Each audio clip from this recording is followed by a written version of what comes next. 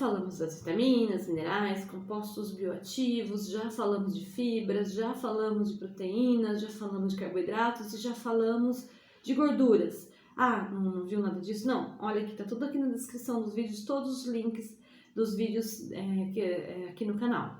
E hoje a gente vai falar então como incluir tudo isso na refeição, né? Como é que a gente faz para incluir tudo isso na refeição?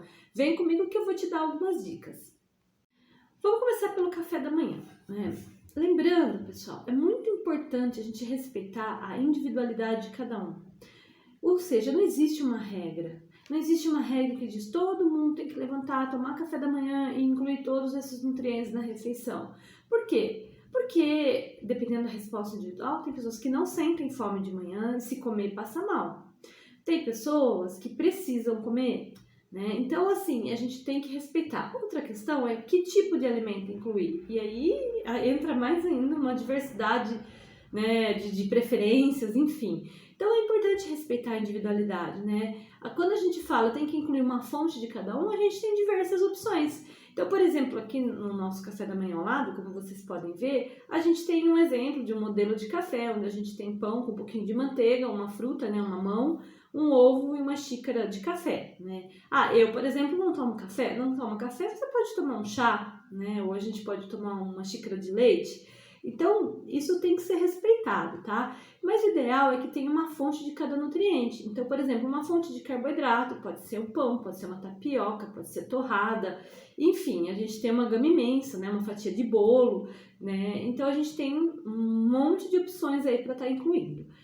Uma proteína pode ser o ovo, pode ser o leite, pode ser um queijo, porque de manhã ninguém vai pôr um bife, né, para comer, embora tem pessoas que comam sim frango desfiado de manhã e não tem problema nenhum, se ela gosta, se faz bem para ela pode comer, tá? Então uma fonte de proteína e incluir aí uma fonte de vitaminas e minerais, lembrando que todos os alimentos têm, mas alguns frutas, verduras e legumes têm algum teor maior de algumas vitaminas.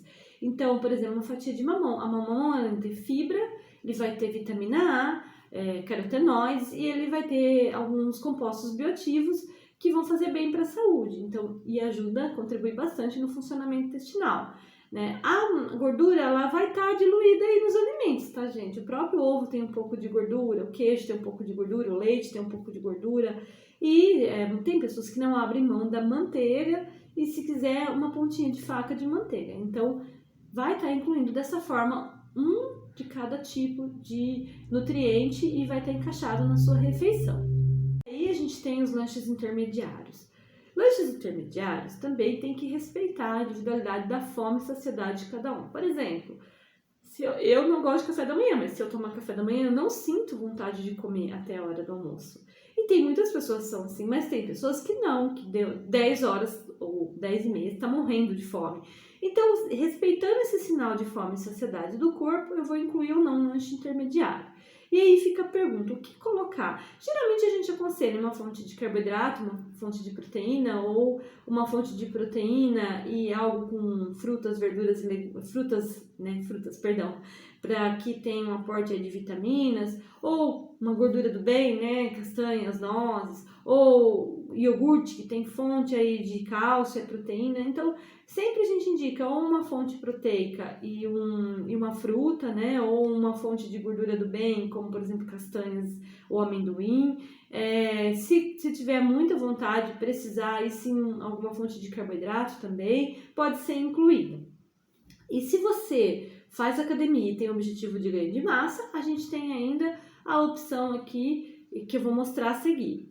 Como opção de lanche intermediário, a gente tem aqui para quem pratica atividade física e ganha massa, as fontes de proteína.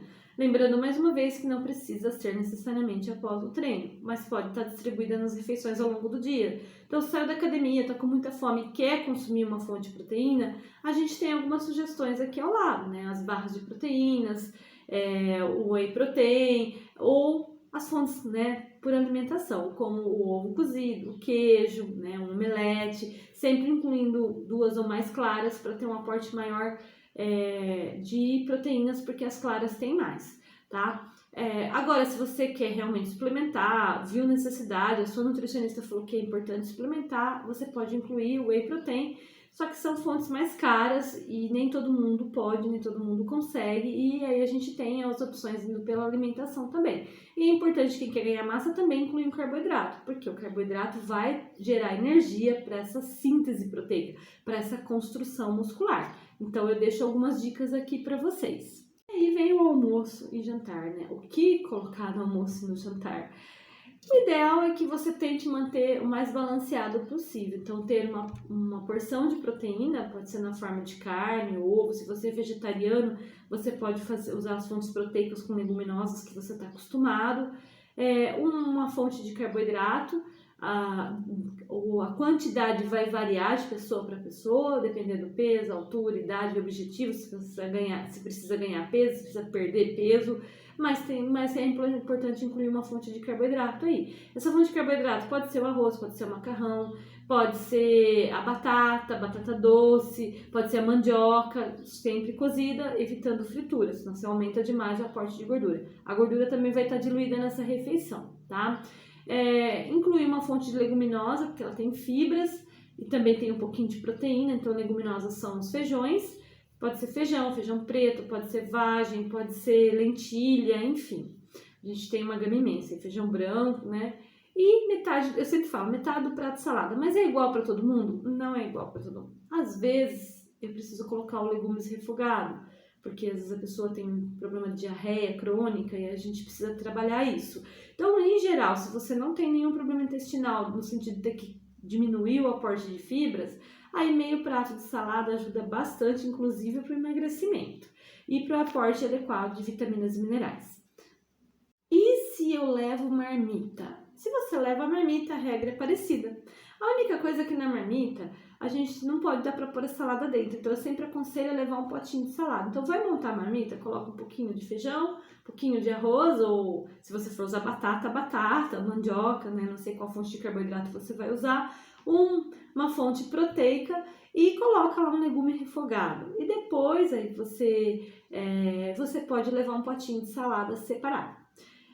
Eu não falei, mas incluir uma fruta nas refeições também é essencial aí até para o aporte de vitamina C. A vitamina C ela vai contribuir muito para a absorção do ferro, tá? Então, levar uma laranja, né, é bastante interessante, mas não só laranja, abacaxi, outras frutas, morango, outras frutas cítricas em geral, elas possuem também vitamina C. Então, a vitamina C ela pode ajudar na absorção do ferro presente nas carnes, além de ajudar na digestão desses alimentos. Então fica a dica aí de como montar uma refeição. Quando a gente tem autonomia, aprende como montar, a gente aprende a manter uma alimentação saudável para o resto da vida.